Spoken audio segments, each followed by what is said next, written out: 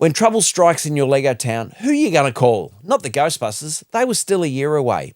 You need the swift response of the highly trained, cap-wearing, smiley-faced team of community support, the local LEGO police force. A team that knows the town, the local population, and how to keep order, even if that order is just keeping one criminal they caught in a jail cell. The local police station is the beating heart of law and order. So today, we're going to punch in, grab a donut, and head all the way back to 1983 to find out what this classic squad and their HQ can offer. I'm sure we'll find a group of squared-away professionals ready to serve and protect. I'm Lord Paul, and this is Lord Paul's Bricks.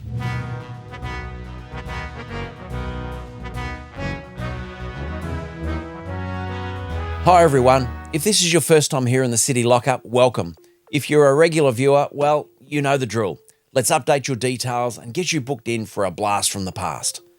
The concept of LEGO Police has been a perfect combination of imagination and play for over 50 years. There's something timeless about the classic good guys versus bad guys narrative, and I think that's why the sub-theme of LEGO Town and City has been so wildly successful. Every few years we get a new police station. It's always a step forward, but sometimes it's a step sideways or even backwards. Today, we're taking a deep dive into LEGO Set 6384 Police Station from 1984. Does it live up to the legendary reputation of its predecessor, the iconic 1979 Set 381? Or was it really just another brick in the wall? We're about to find out.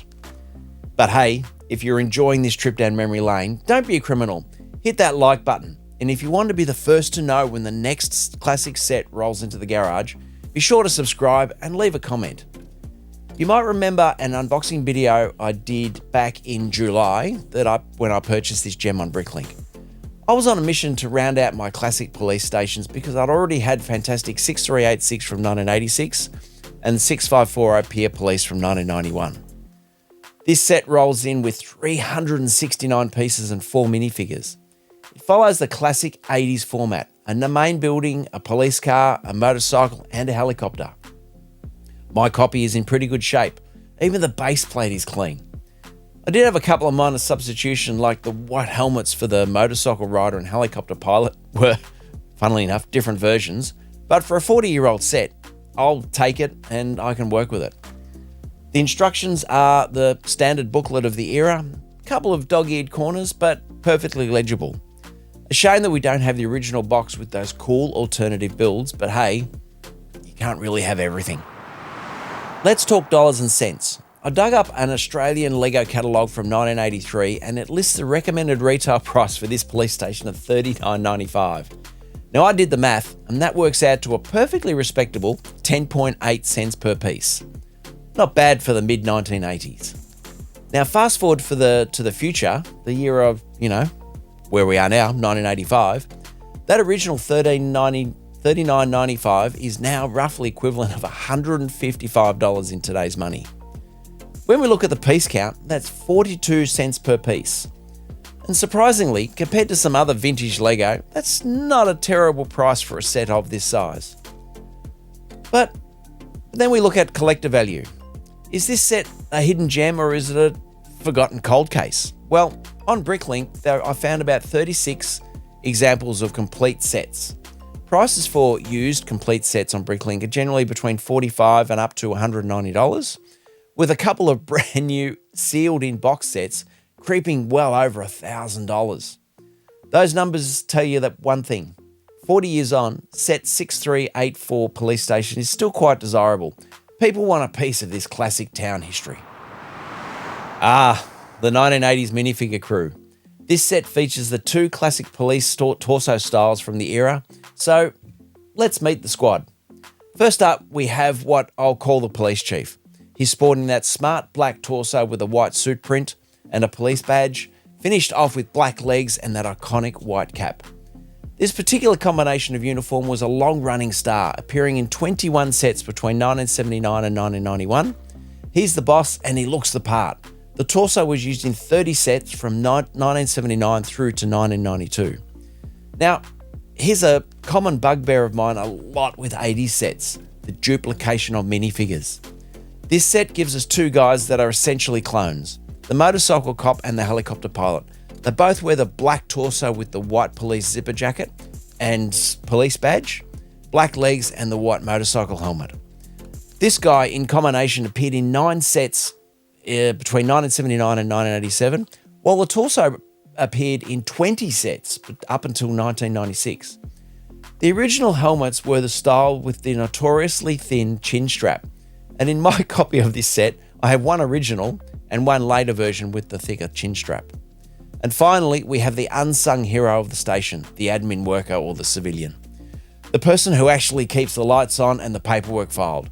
They have a simple red unprinted torso, blue legs and black hair. This is where LEGO cut a corner. It's a shame they couldn't have thrown in a simple printed torso for this minifigure. But back then, unprinted torsos were quite a way of life in a lot of sets. The character and play is still there, but a little detail would have gone a long way.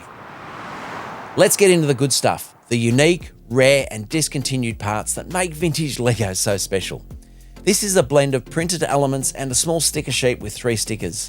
The police word marks on the helicopter windscreen and the motorcycle panniers are stickers. The 32 by 32 base plate for this set has a single driveway at the front, which opens into 3 driveways and a round H pattern. This was first seen in this set and was used in 2 more sets in 1984 and 1989, which makes this base plate quite rare. I always love it when I get a set with an intact antenna with side spokes.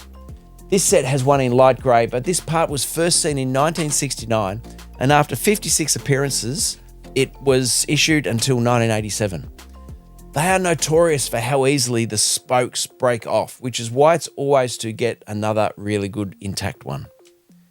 When it comes to motorcycles, the year of this set, 1983, was somewhat transformational because it was the launch of the moulded motorcycle piece.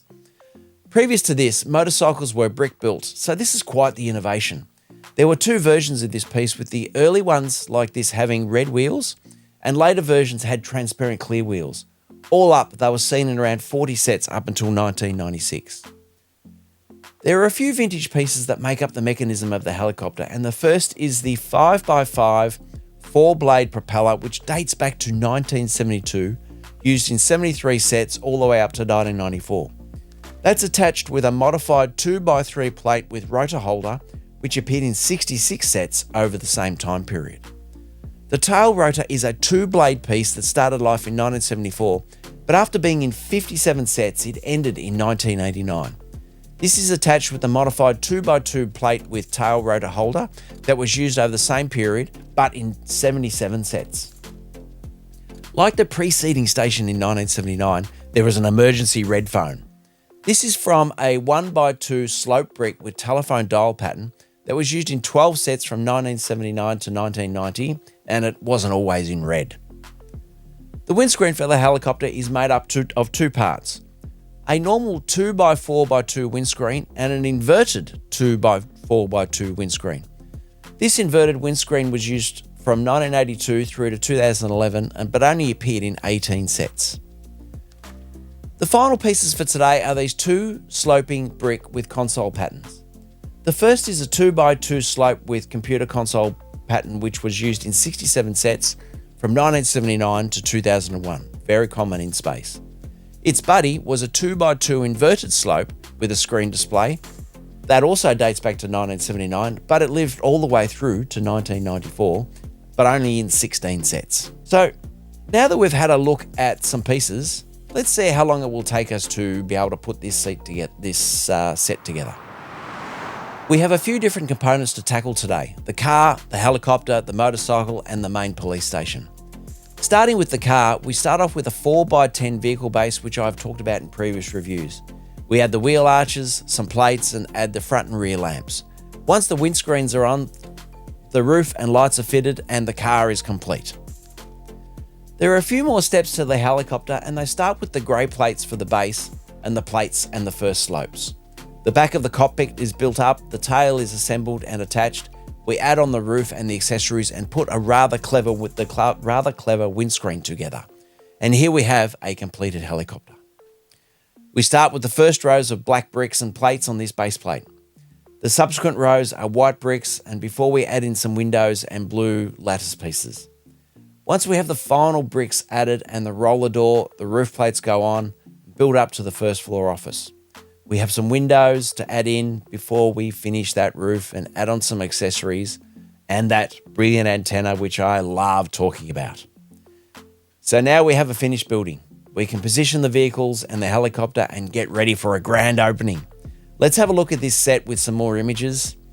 The color scheme was a real step forward from the previous set, and it all blends together really, really well.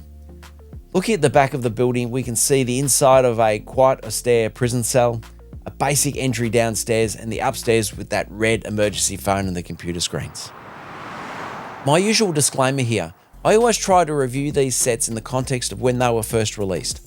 And for this police station, that was way back in 1983. So let's judge it by the gold standard of its era. For piece selection, it gets a 4 out of 5.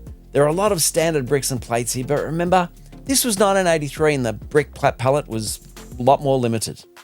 This set does have the roller door to the garage, which was fairly new at the time, the new motorcycle mold that was introduced with this set, those transparent blue slopes from the skylight on the garage that are quite rare, and plenty of printed elements. The minifigures are another 4 out of 5. To get 4 minifigures with this set is brilliant, and the fact that by this time all the police torsos were printed was a real advantage. The negatives for minifigures are the duplicates and the unprinted plain torso for the admin worker of the station. Building enjoyment, also 4 out of 5. It's a fun enough build, especially with the car and helicopter. The installation of the roller door and even the small add-ons for the new motorcycle and the roof of the building was great. But was it groundbreaking? No. But this was 1983, and I think for the time it was okay. Playability is a 4 out of 5 because it's hard not to find too much to fault with this playability, even with the simplicity of a few parts of the final build. There are 4 minifigures, a patrol car, a motorcycle, a helicopter, and a jail cell if you come across any bad guys. I've seen some other comments on this set that say it lacks a bandit for the jail cell, but bandits really didn't make appearances in LEGO sets, particularly police-related sets, until the 1990s. So, in total, that's a score of 16.5 out of 20, which I think is a respectable score for this set. Here are a few final images of this police station. The car looks great, even though it's the classic car design from the 1980s. The design of the helicopter is good, but overly fussy at the same time. And how could you not like that then new motorcycle mold with that really nice windscreen piece? At the start of my video, I referenced the 1979 police station set 381. I don't think this 1983 police station has the presence that original had. That 1979 classic did a lot right and set a standard for future police stations. This new one, for the time, had a far superior colour scheme. The yellow and green on the old one was all a bit weird, and a more practical patrol car. So on balance, we can call it a draw rather than a big leap forward. So what did you think of this deep dive into this early 1980s police station? Let me know by giving this video a like. Your support helps keep the LEGO town safe and secure. I've got a lot more classic LEGO reviews in the pipeline, so make sure you subscribe and don't miss them. I also love it when you leave a comment and ask a question, so please do so below. I read them all and I reply to them all. Do my reviews make you want to hunt down any of these classic sets to add to your own collection? If you do, what are you hunting for at the moment? So until next time, keep on building and keep expanding your amazing vintage LEGO town. I'm Lord Paul, and this is Lord Paul's Bricks, and bye for now.